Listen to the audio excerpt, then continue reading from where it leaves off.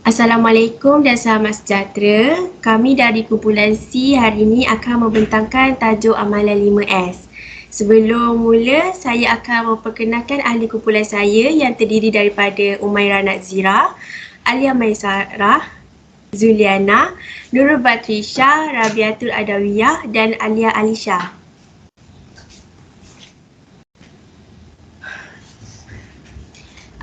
Antara isi kandungannya adalah yang pertama logo dan maksudnya, yang kedua maksud dan konsep amalan 5S, yang ketiga adalah langkah-langkah untuk menerapkan amalan 5S dalam warga Polisas.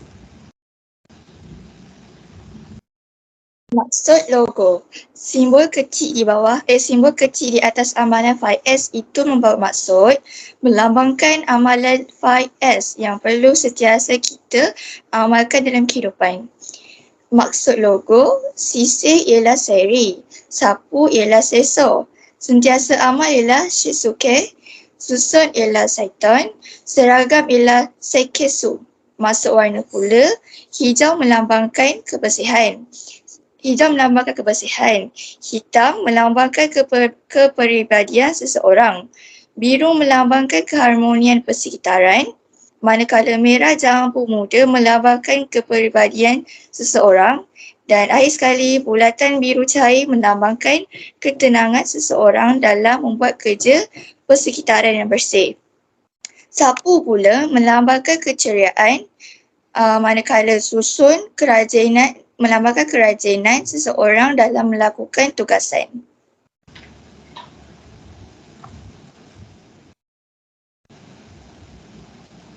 Konsep 5S, amalan 5S ialah alat pengurusan alam sekitar berkualiti pertama Jepun yang memfokuskan kepada 5 langkah tindakan pelaksanaan bermula dengan S awal dan bertujuan untuk mengurus amalan kebersihan secara sistematik. Seri, seiton, seiso, seiketsu dan shitsuke ialah perkataan Jepun yang disingkatkan sebagai 5S. Dalam bahasa Melayu, ia bermaksud sisih, susun sapu, seragam dan sentiasa amal.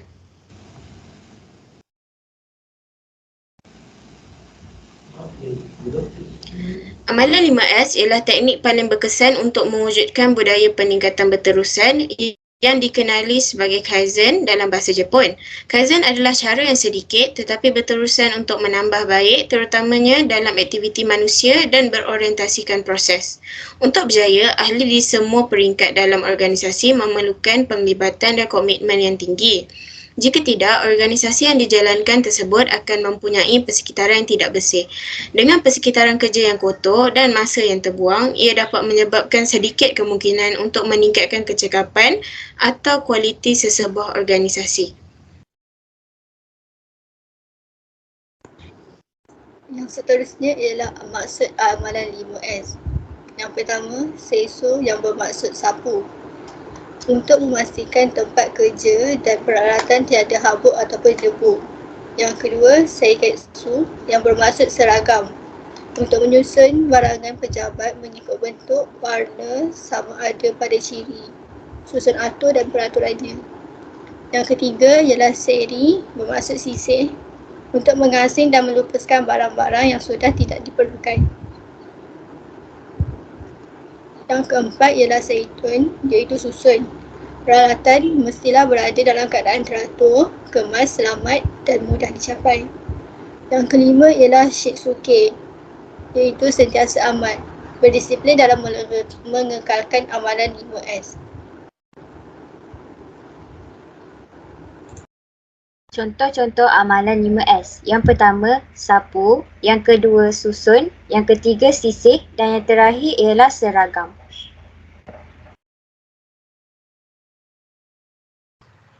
Seterusnya adalah langkah-langkah menerapkan amalan 5S. Yang pertama, lawatan penanda aras. Sebagai contoh, pihak Polisas boleh menghantar Majlis Perwakilan Pelajar iaitu MPP ke institusi pengajian yang lain untuk membuat lawatan penanda aras untuk berkongsi amalan 5S yang mereka amalkan. Maka, pihak MPP serba sedikit boleh berkongsi dan mengamalkan amalan 5S yang mereka dapatkan daripada institusi tersebut di Polisas. Oleh itu, lawatan penanda aras ini sangat penting untuk warga Polisas kerana ia boleh mencetuskan idea-idea yang menarik. Kerana di luar sana terdapat pelbagai amalan 5S yang diterapkan dengan cara yang lebih efisien di samping dilengkapkan dengan teknologi inovasi yang dicipta. Langkah seterusnya, sokongan pengurusan atasan. Bagi memastikan pelaksanaan 5S berjalan dengan lancar, sokongan dari pihak atasan Polisas amatlah diperlukan dari segi peruntukan kewangan dan pelibatan staf. Amalan 5S ini tidak dapat diterapkan secara berterusan akibat daripada kekurangan dalam pelibatan dan semangat dari pihak staf sendiri kerana mereka bagaikan contoh kepada para pelajar. Satu strategi yang dapat dilaksanakan adalah dengan mengambil kira markah penglibatan dalam laporan prestasi setiap staf. Cara ini akan menjadi lebih efektif dan dapat memberi momentum terciptanya inisiatif untuk mendapatkan idea atau gagasan baru yang lebih baik dalam menghasilkan.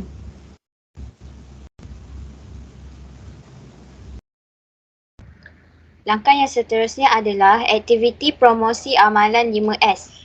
Jawatan kuasa promosi perlu mengenal pasti aktiviti promosi bagi meningkatkan kesedaran dalam kalangan warga Polisas. Kaedah penyaluran penyampaian boleh dilaksanakan dalam beberapa kaedah. Contohnya secara fizikal, dengan menggunakan ruang yang terdapat di sekitar Polisas seperti dinding dan papan kenyataan. Ia juga boleh dilaksanakan secara maya, secara dalam talian dengan menggunakan kemudahan yang diperolehi iaitu telefon pintar dan juga laptop. Ini memudahkan pihak Polisas untuk menerangkan tentang manfaat yang akan diperolehi oleh setiap ahli apabila menyertai amalan 5S.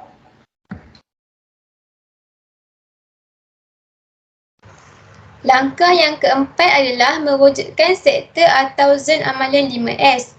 Tujuannya adalah untuk mewujudkan kawasan yang dipertanggungjawabkan kepada warga Polisas serta memudahkan pelaksanaan amalan 5S. Pengerusi Jawatankuasa Indo Amalan 5S dengan kerjasama penyelaras dan fasilitator akan menentukan zon yang bersesuaian.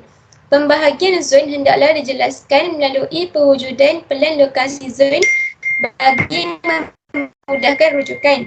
Antara faktor yang perlu diambil kira dalam pembahagian zon ialah susun atau keseluruhan kawasan hendaklah bersesuaian mengikut fungsi dan saiz organisasi.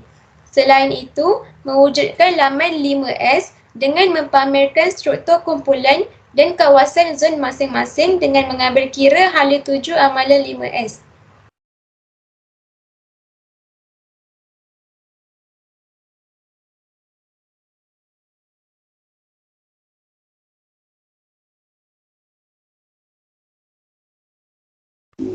Langkah seterusnya, pelancaran amalan 5S.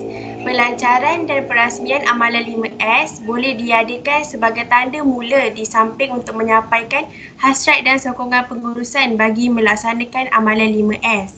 Pihak pengurusan perlu terlibat secara langsung serta memberi komitmen dan sokongan padu kepada pelaksanaan amalan 5S melalui penetapan sasaran yang ingin dicapai, dasar dan objektif amalan 5S dan juga menentukan maktamat setiap langkah pelaksanaan. Antara perkara yang perlu diberikan penekanan semasa pelancaran amalan 5S adalah seperti berikut: dasar amalan 5S, zon-zon 5S, objektif amalan 5S, pelan tindakan pelaksanaan amalan 5S dan juga buku panduan pelaksanaan amalan 5S.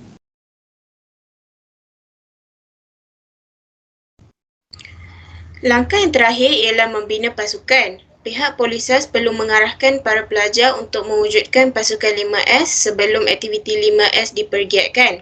Sebagai contoh, setiap kelab yang ada di Polisas perlu menubuhkan pasukan 5S. Hal ini bertujuan untuk menyelaras, melaksana dan memantau pelaksanaan 5S dengan melantik ahli jawatankuasa. Contoh ahli jawatankuasa yang perlu ada adalah pengerusi, penyelaras, setiausaha, jawatankuasa kerja latihan, jawatankuasa kerja audit, jawatankuasa kerja promosi, kumpulan 5S serta fasilitator. Dengan adanya pasukan 5S ini, setiap tugas dapat diagihkan dengan sama rata serta amalan 5S ini dapat disebarkan secara meluas di dalam Polisas. akhiri slide ni, pembentangan ni. Ini adalah gambar-gambar iaitu ruangan amalan 5S.